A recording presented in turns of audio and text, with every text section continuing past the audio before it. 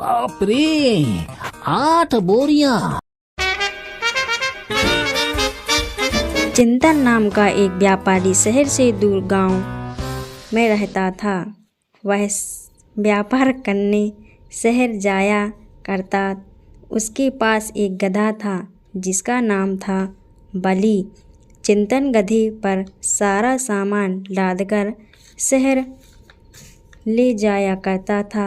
शहर जाने वाले रास्ते में उसे एक नदी पड़ती थी। नदी पार करके वे शहर पहुंचते थे। शहर जाके वे सारा सामान दूसरे व्यापारी को बेच देता और वे दोनों घर की तरफ आने लगते हैं। बिना भार के कितना अच्छा लग रहा है। मालिक मुझ पे कितना भार डालते हैं। मेरी तो टांगे भी नहीं हिलती।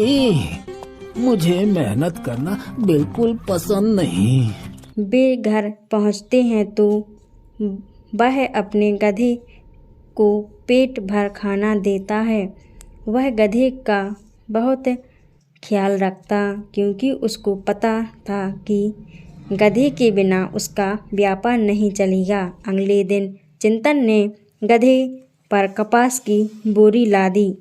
अरे बाप रे, 8 बोरियां। पर मुझे इनका भार क्यों नहीं लग रहा। लेकिन जो भी हो, शहर तक तो चलना ही होगा ना।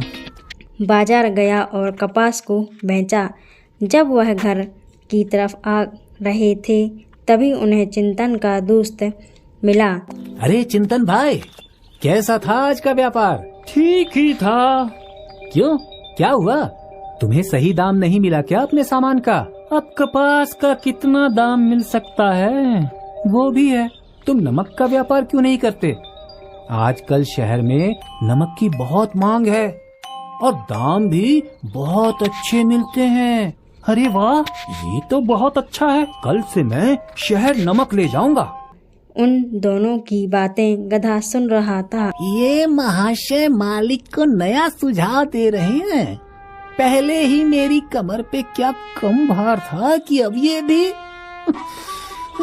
अगले दिन चिंतन ने गधे पर नमक की 6 बोरी लादी।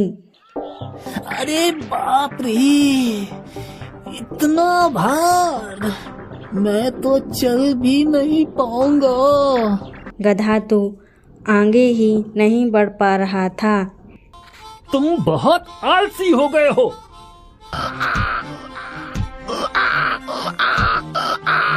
मालिक मुझ पे इतना भार डालते हैं और फिर जब अगर मैं ना चलूं नदी के तो मुझे पास मारते आते भी हैं। हैं। चिंतन ने नदी पार भगवान, करना मेरी शुरू किया। मदद करो। मुझे इस जैसे ही काम वह और नदी इस के भार से बीच मुक्त पहुंचा करो। तो उसका वे जब नदी के पास आते हैं। अरे बाप रे, आज तो नदी के पानी में बढ़ाव है। मुझे बहुत आराम से नदी पार करनी होगी। बाली, आराम से। चिंतन ने नदी पार करना शुरू किया। जैसे ही वह नदी के बीच पहुंचा तो उसका पैर फिसल गया और वह गिर पड़ा। जब उसने नमक देखा तो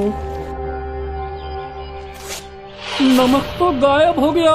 सारा नमक नदी के पानी में घुल गया। अच्छा हुआ मैं बच गया, पर मेरी कमर का भार पूरा गायब हो गया। लगता है भगवान ने मेरी प्रार्थना सुन ली और इस नदी को जादुई बना दिया। बहुत नुकसान हो गया, लेकिन कोई नहीं, कम से कम तुम ठीक हो। अब जब नमक है ही नहीं तो मैं शहर में क्या बेचूंगा। चलो वापस चलते हैं। वे दोनों घर वापस आ जाते हैं। अरे वाह, आज तो मुझे शहर जाना नहीं पड़ा और अब पूरा दिन आराम भी कर सकूंगा। अगले दिन उसने नमक की बोरी फिर से लादी। वे जैसे ही नदी के पास पहुँचे। चलो अच्छा है, आज नदी का पानी कम है। हे जादुई नदी, आज भी मेरी मदद करना। और गधा फिर से नदी में गिर पड़ा। फिर से? पर कैसे? फिर दोनों घर वापस आ जाते हैं। अगले दिन फिर वही हुआ। गधा फिर पानी में बैठ गया। लगता है बाली ये जानबूझकर कर रहा है। बहुत आलसी है ये। इसे कल सबक सिखाता हूँ। अगले दिन चिंतन गधे पर कपास की बोरी लाद दी। आज भार तो बहुत हल्का है, पर मैं शहर थोड़ी न जाऊंगा। मैं तो आराम करूंगा। नदी के पास जाते हैं। हे जादुई नदी, मेरी मदद करना। अब देखता हूँ।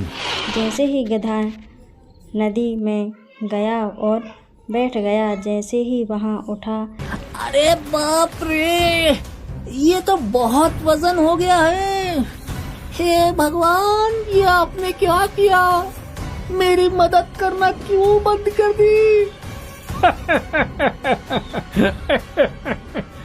अब तुम ये सब उठा के शहर जाओगे। बहुत सयाने समझते थे ना खुद को, हाँ?